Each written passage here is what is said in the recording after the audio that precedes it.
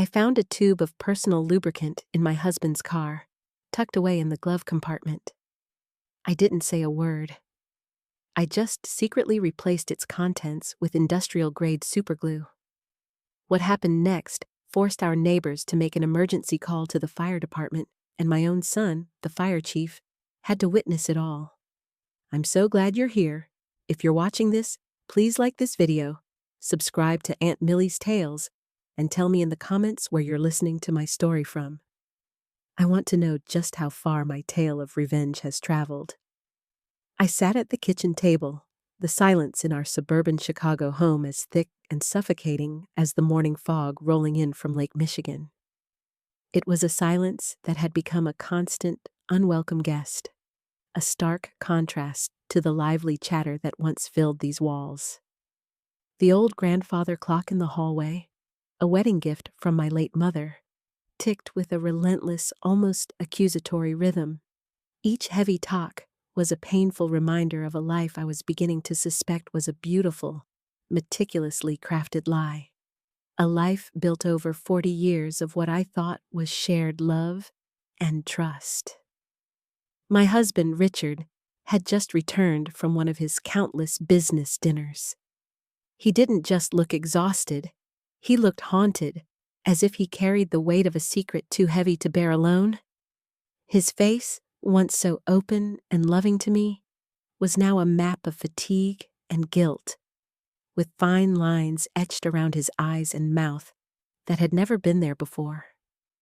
He tossed his expensive jacket onto the sofa with a weariness that felt performative, loosened his silk tie as if it were a noose he was desperate to escape, and collapsed onto our bed. The familiar springs groaned under his weight. He didn't even bother to shower. The faint, masculine scent of his expensive cologne, a scent I had loved for decades, hung in the air. But it was tainted, mixed with a new, alien fragrance. It was a sweet, almost cloying, floral perfume that felt like a brazen intrusion, a vulgar confession from a life I didn't know he was living.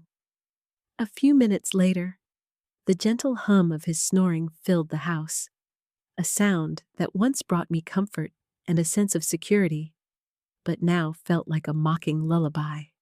A lullaby for a fool. With the quiet, practiced grace of a wife of 40 years, I got up and began to tidy the mess he'd left in the living room. His jacket, his wallet, his cell phone, his old laptop. The laptop screen was still on, a new email glowing like a sinister omen in the dim light. I frowned. Richard never used email for personal matters. He always said, "Eleanor, all this tech stuff is too complicated.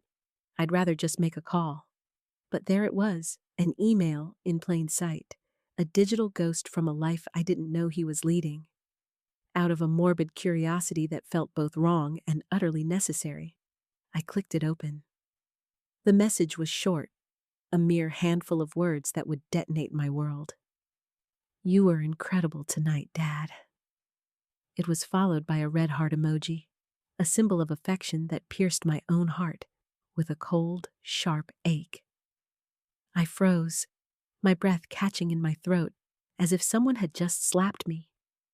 The digital world had become a cruel mirror, reflecting a truth I was too terrified to see. "Dad?" The word echoed in the cavernous silence of my mind. Who was calling him that, and in such an intimate, affectionate tone? I swiped down, my thumb trembling, looking for more clues, but there was nothing. Just a strange email address, a jumble of meaningless characters that offered no answers, only more questions. A shiver ran through me, not from the late-night chill, but from a profound, bone-deep fear. It felt like a cold wind seeping in through a crack in the foundation of my life, revealing a secret chamber I never knew existed. I glanced toward the bedroom and saw Richard turn over with a sputtering snore, his face still and peaceful, a stark and infuriating contrast to the storm raging inside me. My heart pounded like a thief's, a frantic, guilty beat. I quickly put the laptop back, my hands shaking so much I almost dropped it. I continued cleaning, my movements now mechanical, robotic. I gathered his dirty clothes to take to the laundry. As I checked his pants pockets, my fingers brushed against a folded piece of paper, crisp and new. It was a receipt from a fancy steakhouse in San Antonio, dated that very night. My frown deepened. San Antonio? He had told me he was meeting his partners in Dallas. A tiny bitter laugh escaped my lips. Richard hated driving to Dallas. San Antonio, on the other hand, was where his mother had lived before she passed away. He had fond memories there, a fact he had often reminded me of. But who had he had dinner with in San Antonio while lying to me about being in Dallas? The receipt showed a party of 2, a bottle of expensive Cabernet Sauvignon, the same wine he had bought for me on our 10th anniversary, a vintage I had never forgotten, and main courses of filet mignon and pasta. I tried to remember the last time Richard took me to a place like that. Maybe 10 years ago, when I opened my first bakery.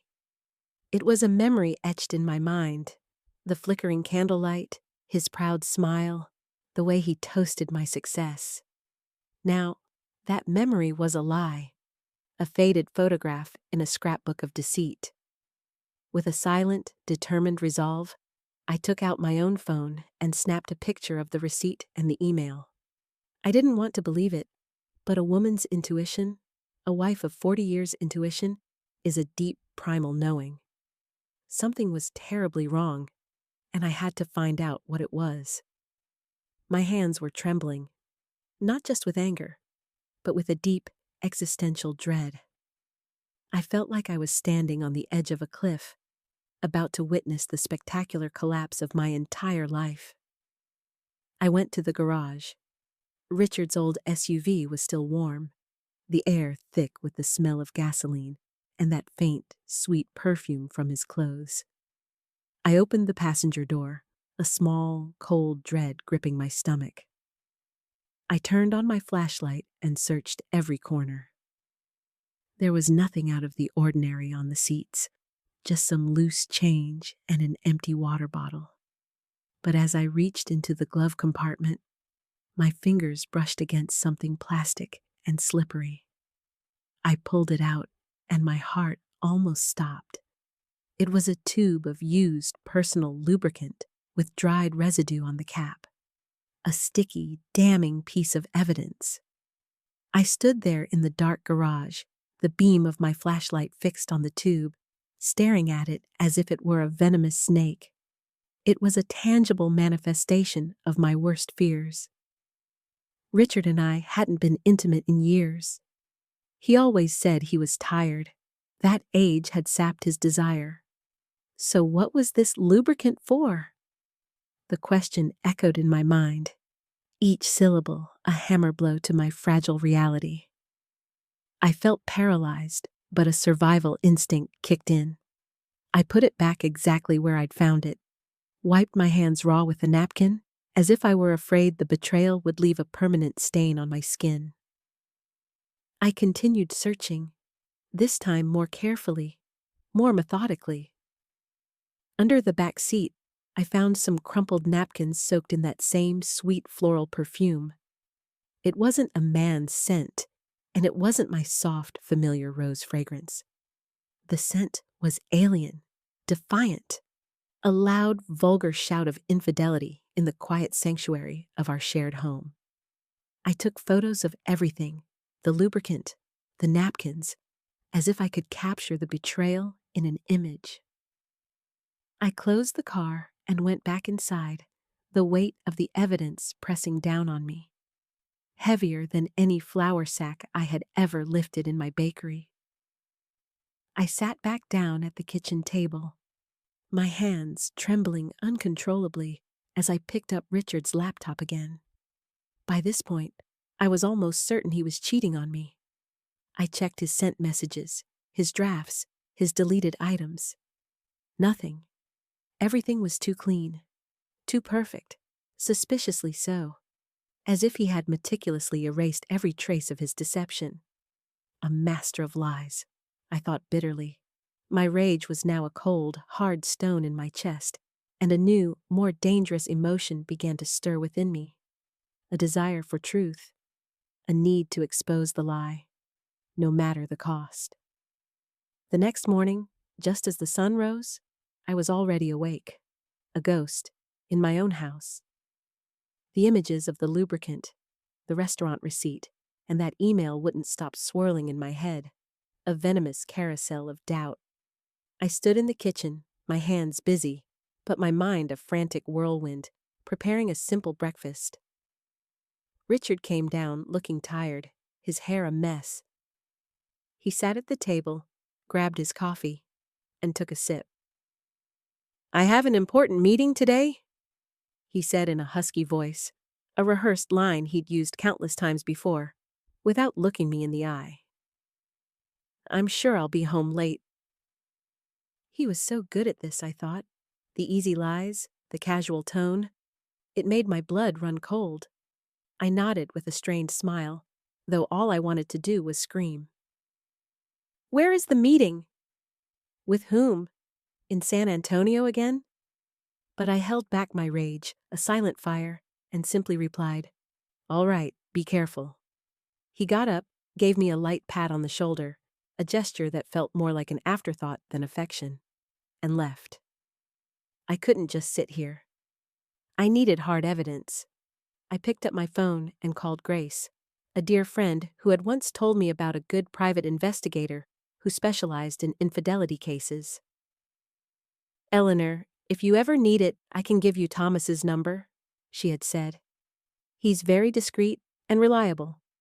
I never thought I would need to call him, but now I had no other choice. An hour later, I received a message from Thomas asking me to meet him at a small cafe downtown. At noon, I was in that cafe, a tiny place with worn, wooden tables. I chose a secluded corner, a shadow in a room full of light. Thomas walked in, a middle-aged man with philosophical eyes that seemed to see through the surface of things. I handed him a flash drive with the photos I had taken.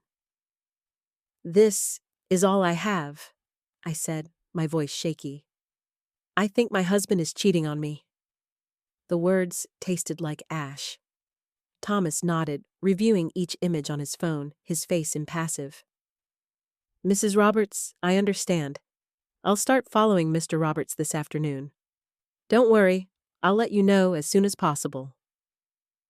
I left the cafe and walked through the crowded streets, feeling a loneliness I had never experienced before.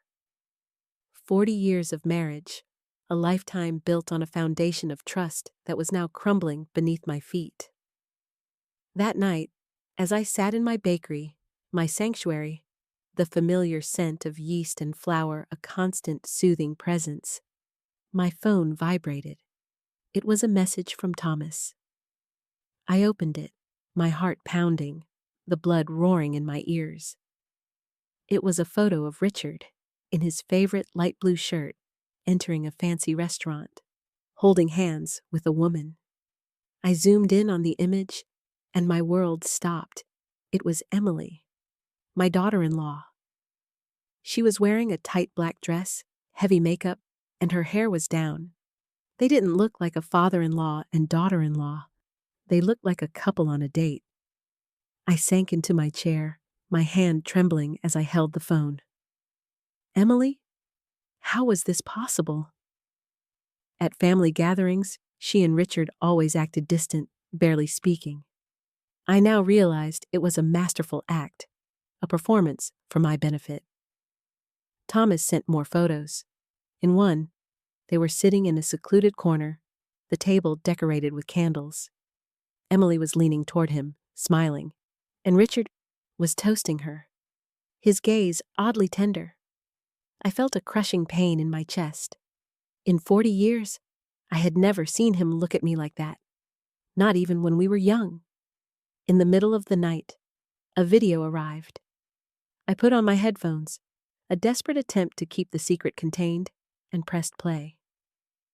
In the video, Emily leaned close to Richard's ear, whispering something that made him laugh loudly, a sound that was a stranger to me. Then they got up and left, and Richard, ever the gentleman, opened the car door for her as if she were a lady and he were her lover. I replayed the video again and again, a self-inflicted torture. Each viewing felt like another stab to the heart. Emily, whom I had treated like my own daughter, whom I had taught how to make our family's traditional apple pie. And Richard, the man I had given my whole life to. What were they doing behind my back? Behind my son, David's back? The questions were a tidal wave, threatening to drown me. The next day, Thomas sent more evidence. A series of photos showed Richard and Emily leaving a law office together, then standing in front of a 4-star hotel. Then came a short video. It was a distant shot, but clear enough. On a 3rd-floor balcony, Richard's arm was around Emily's waist, and she was resting her head on his shoulder. And then, like a final, fatal stab, I saw them share a quick, brazen kiss. I slumped into a chair in my bakery office, clutching the edge of the table to keep from falling apart. Thomas texted, "They rented the room for the afternoon. Looks like they're staying the night. I'll keep an eye on them."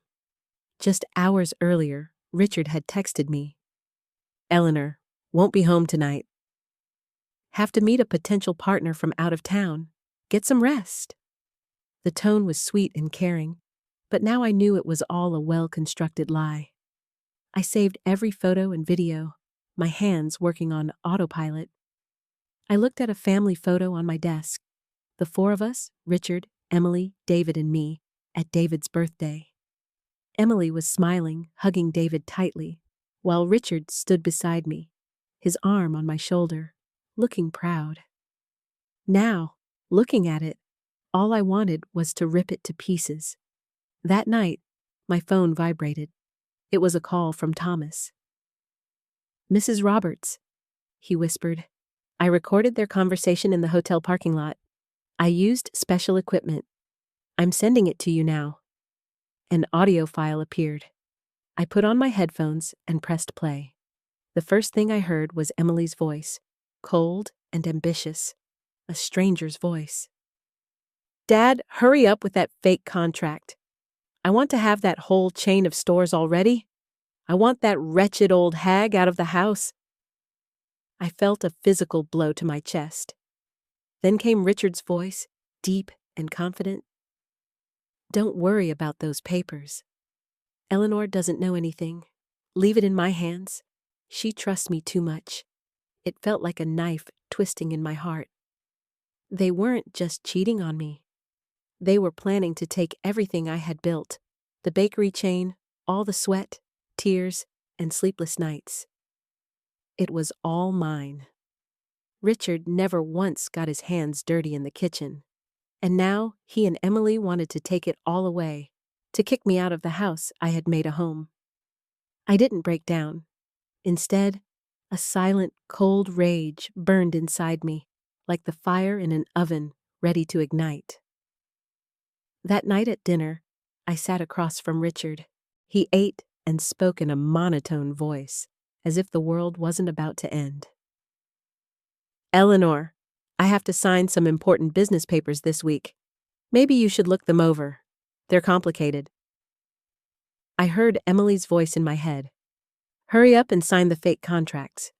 He was testing the waters. I gave him a dry smile, a facade of a wife too tired to argue. "Yes, I'll look at them later." "I'm tired now." He nodded, sipping his wine, but I knew that behind that smile was a predator waiting to strike.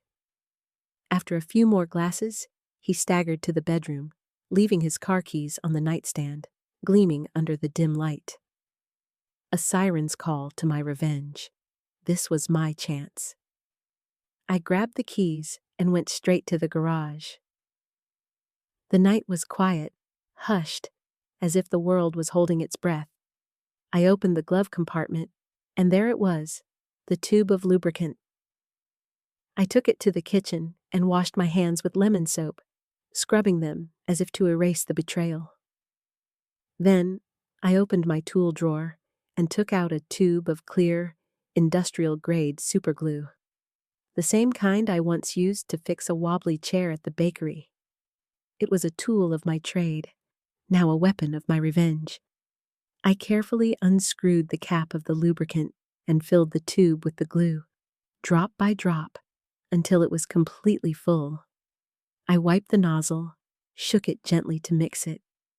It came out smoothly, just like the original. At a glance, no one would ever notice the difference. A faint smile touched my lips, though a hurricane was raging inside me. This wasn't a game. It was the first step to getting justice. I put the tube back in the glove compartment, adjusted everything just as it was, and returned the keys to their place. I was ready. The next morning, I made my move. "Richard," I said calmly over breakfast, "I have to travel to Nashville tomorrow to sign a contract with a new partner. I'm sure I'll be home late. Can you take care of dinner?" I watched him out of the corner of my eye. He looked up, surprised, but in his eyes, something was shining that wasn't concern. It was relief. "A big contract?" he asked, taking my hand with feigned tenderness. "Don't worry, go ahead. I'll handle it." That spark in his eyes, that slight curve of his lips as if a weight had been lifted, pierced my chest. He wanted me to leave, and I knew exactly why. That night, I pretended to be tired and went to bed early. Close to midnight, I heard Richard get out of bed quietly. I hid behind the thick living room curtain and saw him standing near the window, his phone to his ear.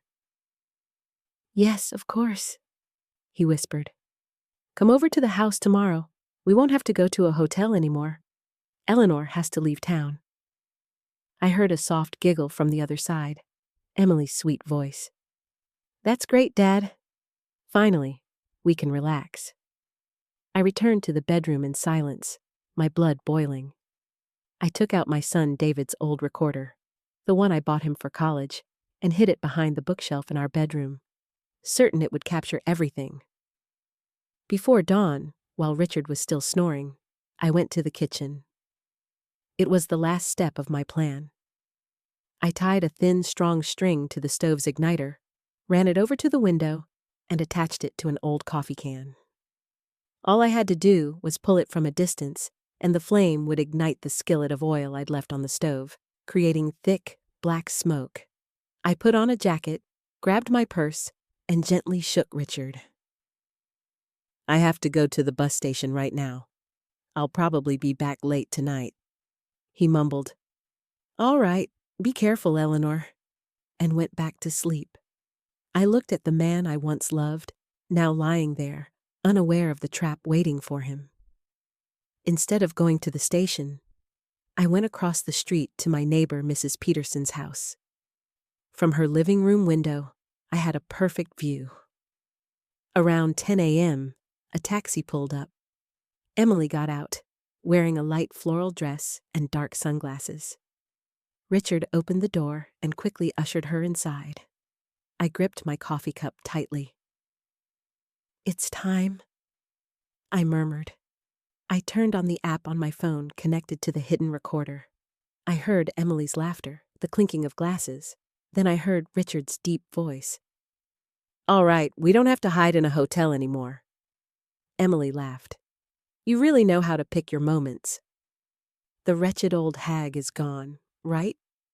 I bit my lip, holding back the rage. A few minutes later, suddenly, Emily screamed, "What the hell is this? We're stuck!" Her voice was filled with panic. Richard growled, "Shut up! Wait, let me see." I smiled. With a simple tap on my phone, I activated the smoke trap. The string pulled, the stove ignited, and the oil caught fire. Black smoke billowed out of the kitchen window like an alarm signal. Mrs. Peterson gasped, "Eleanor, your house is on fire!" Neighbors started coming out shouting, "Call the firefighters!"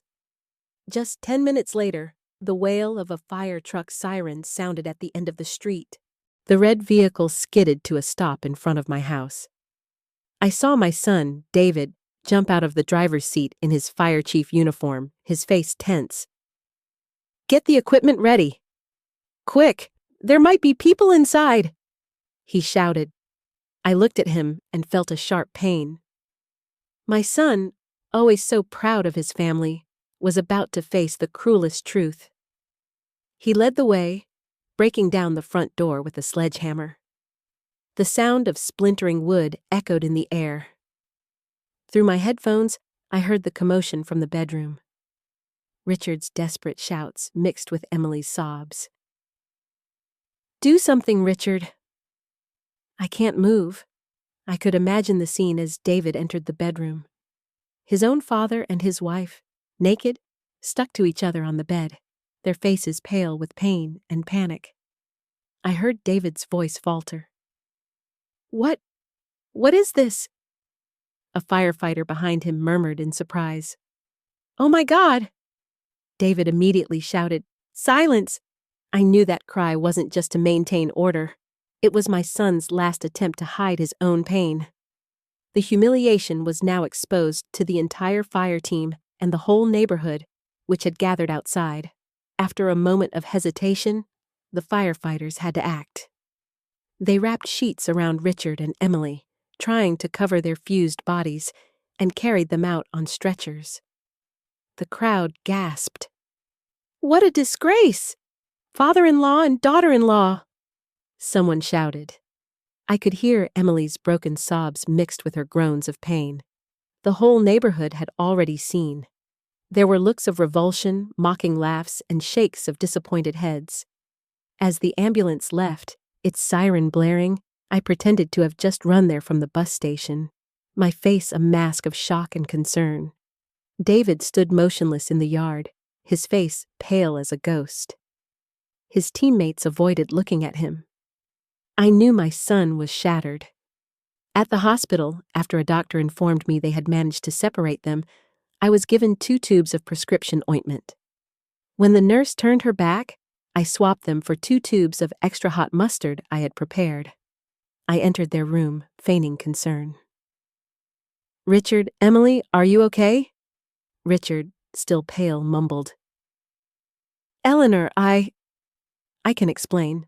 I didn't let him." I placed the mustard on the table and left. Minutes later, gut-wrenching screams echoed from the room. "It burns! My skin is on fire!" The entire hallway was in an uproar. An old woman whispered to her son, "It's them, the couple from the video this morning on the internet. They deserve it." Mrs. Peterson's video of them being carried out had already gone viral. When the chaos died down, David entered the room with a thick folder in his hand. The evidence I had collected and 2 sets of divorce papers. I placed them on the table in front of Richard and Emily. My voice was cold as steel. 40 years of marriage end here. Sign these and then disappear from my son's life and mine. Emily collapsed, crying, begging David for forgiveness, but he just looked at her, his gaze as hard as stone, and left without a word. Richard tried to grab my hand. "Eleanor, listen to me." I pulled away. "Don't say anything else, Richard. You chose this path." I walked out and found David leaning against the wall in the hallway, his head in his hands. "Mom," he whispered, his voice broken. "Why did it have to be Dad?" "Why her?" I didn't answer. I just hugged him tightly, sharing his pain with my own. In that moment, I knew Richard and Emily had lost everything. But David and I had also lost a family. I only hoped that with time, we would find peace. A few weeks after the scandal, my bakery was busier than ever. Customers came in, offering smiles and compliments. "Eleanor, you are so strong," Mrs. Peterson said. People called me a hero, but only I knew that strength came from the broken pieces of my heart. David moved in with me right after that day.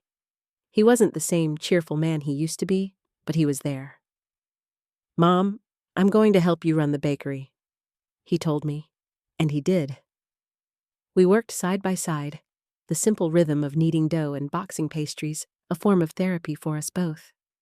Our dinners were quiet, just the two of us in the small kitchen. One night, he asked me to make him an apple pie, with the first real smile I had seen on his face since that horrible day. In that moment, I felt that we were slowly, but surely recovering. I started making time for myself again, joining a cooking club, going for walks, finding small moments of peace. Julian and Emily wanted to take everything from me, but they failed. I kept my bakery, I kept my son, and most importantly, I kept my dignity.